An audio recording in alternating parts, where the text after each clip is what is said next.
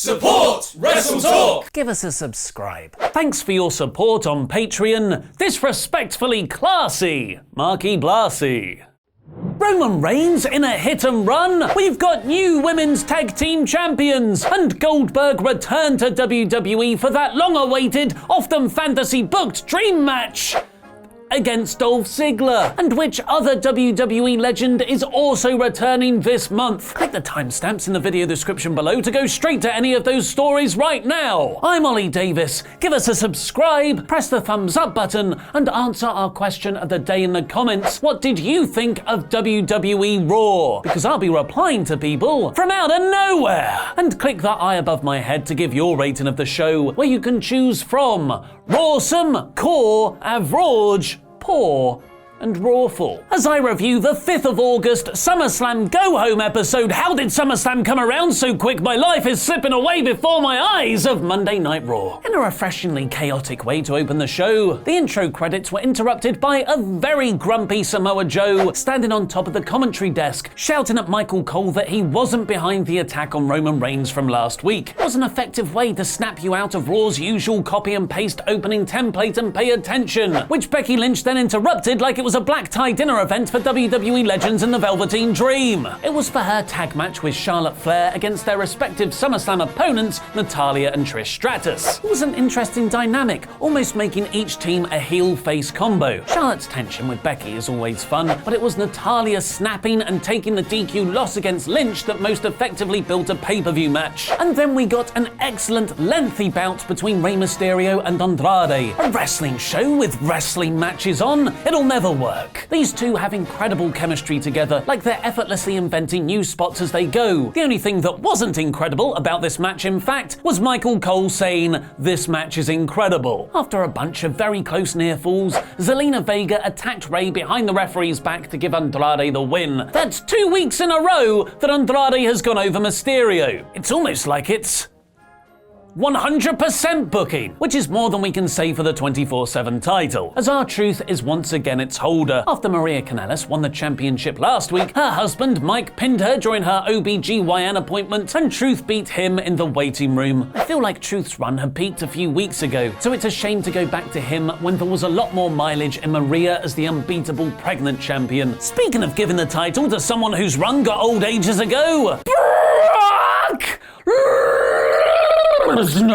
segue. Brock Lesnar and Paul Heyman came out to recap how badly the Beast Incarnate beat up Seth Rollins last week, replaying that horrid-looking F5 bump onto the stretcher. But Rollins, remember, is the architect. He's the man with the plan, the mastermind behind the Shield, the one who will burn it down. So he came right out with a steel chair and got beaten up very decisively. At least he got that bank account, mate. Lesnar absolutely destroyed Seth once again, leaving Rollins to cut a half-hearted promo about how he'll still be at SummerSlam to win the Universal title, because that championship means everything to him. Sorry, Becky Lynch. It's quite an interesting tact, and I'm not against the idea, but at best, it was a rather anticlimactic go-home angle, and at worst, it made Rollins look very stupid, which he does enough of on Twitter anyway.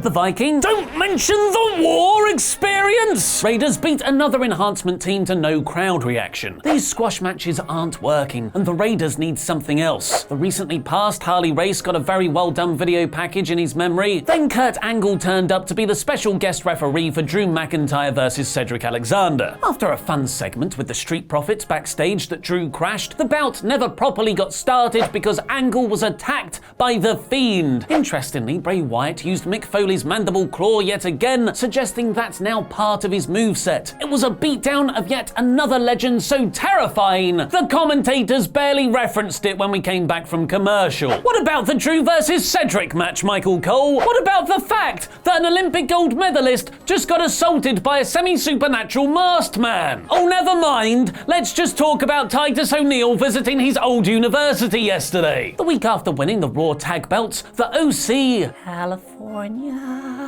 have leveled up once again, with Luke Gallows now having face paint, just like he used to wear in New Japan. He was the standout player in the ensuing 6-man tag against the New Day and Ricochet, hitting the Magic Killer on Woods for the win. In just a few short weeks, Gallows and Anderson have completed their transformation from undercard comedy act to serious tag division champions. Making good on his threat at the start of the show, Samoa Joe then hijacked Raw, demanding an apology from Reigns. But because Roman's new gimmick is not arriving at shows until the last 45 minutes, Joe had to wait for him in the parking lot. But just as Reigns got out of his car, another one crashed into the side of it, knocking Roman back into the driver's seat. God damn it, Jimmy! Just get an Uber next time! This was actually very well cut together, and Samoa Joe telling Roman to stay down and shouting for a medic was a brilliant touch of realism, as was Triple H helping him after the break. I now want a Samoan Joe's tag team more than anything. The reported attacker is apparently Daniel Bryan, which will likely be revealed on SmackDown tonight. And the vehicle wasn't an environmentally friendly bicycle, so he's really lost it. This women's tag team title 4-way elimination match between the Kabuki Warriors, Iconics, Nikki Cross and Alexa Bliss and Fire and Desire was a reported bout for SummerSlam. Thankfully, it took place on the Go Home Raw, because Sunday's pay-per-view is currently set to be 20 days long. And it got a lot more time to breathe on this show, with the Iconics shockingly being eliminated first, meaning we'd definitely get new champions, and a really neat finish for Alexa and Nikki to beat Asuka and Kairi Sane at the end. And the final segment of the Go Home Raw for WWE's second biggest show of the year, SummerSlam, was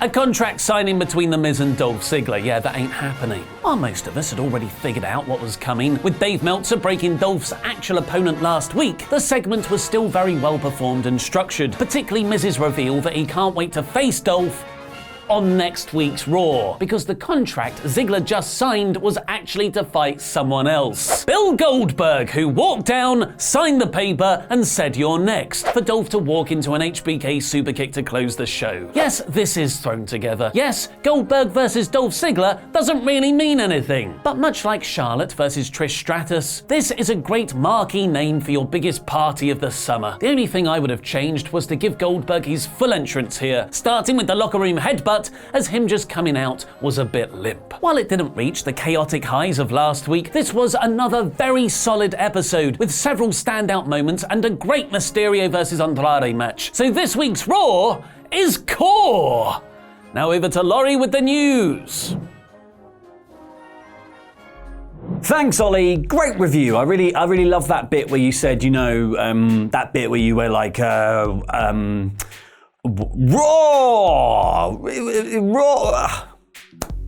Oh, I'll level with you, I haven't watched it. So it is almost SummerSlam weekend, and you too can join the biggest party of the summer. Two of our guys in a room slowly losing their minds over the course of 7 hours, because Ollie and Luke will be live streaming their reactions to the show on Sunday, so come to WrestleTalk and hang out with the rest of the SWAF Nation. SummerSlam is also the end of our season of Wrestle League predictions, and the loser of our in-office competition will have to do a music video punishment as chosen by our patrons. You too can get involved in the Wrestle League predictions competition by becoming a pledge hammer on Patreon, and while SummerSlam may be the end of the season, the scores from that show will also be carrying over into Season 3. So, if you fancy taking part and the chance to win the all-singing, all-dancing emoji trophy,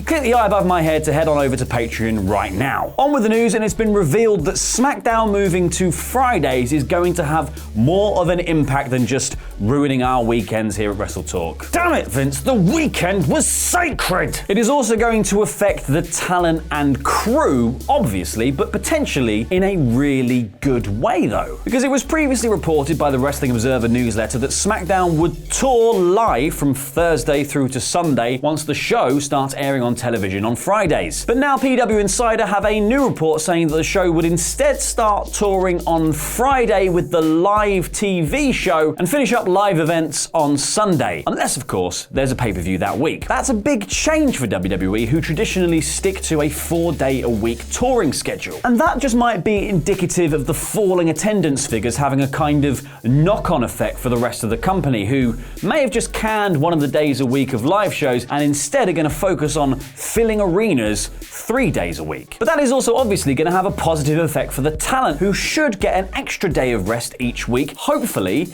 reducing the risk of injury and just general burnout. But that doesn't mean it'll be the end of Smacky D Thursdays though, as WWE has already announced at least one live Thursday night in October 17th, from the Corbin Arena in Corbin, Kentucky. Not even arenas can escape the mid-card vortex. Its pull is too strong. Somebody who has just about managed to escape the mid-card vortex and also easily escaped a scaffolding that, well, it barely fell on him, is Roman Reigns. But as Ollie said in his review, we've got a brand new mystery on our hands. Who played bumper cars with Roman's SUV? Well, the rumoured attacker and Roman's mystery opponent for SummerSlam is said to be none other than Daniel Bryan. But that singles match could be about to change on Smackdown tonight, because there's plenty of speculation flying around that the match will actually be a tag match, with Roman teaming up with Samoa Joe, who definitely seemed a little bit concerned after the crash and might want revenge on said mystery driver, maybe for just getting to Roman before he could. And Daniel Bryan could be teaming with Eric Rowan, who has been spotted in the background of the scaffolding accident by eagle-eyed fans. I say eagle-eyed fans, it wasn't exactly a Where's Waldo. He was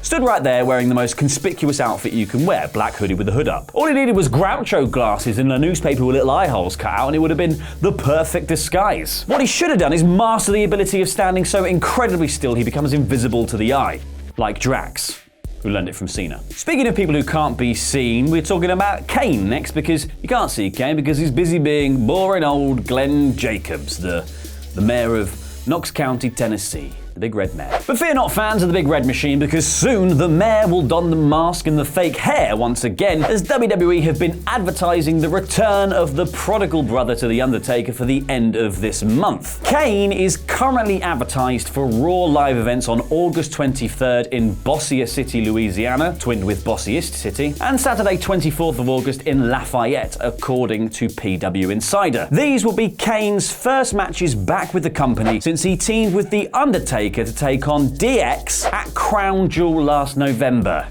Yeah, that one. So no wonder he's been in self-imposed exile and just calling it mayoral duties. So Kane is currently slated to face the monster among men, Braun Strowman, at the Lafayette show, so expect lots of big lads doing big lad things. Oh, I knocked you down. Will the ring break? Maybe. Probably not. It's a house show. Thank you for watching. Head on over to Screenstalker to see myself and Chopper Pete discuss all of the new WWE 2K20 news that came out yesterday, including a breakdown of all the WWE Easter eggs in that reveal trailer.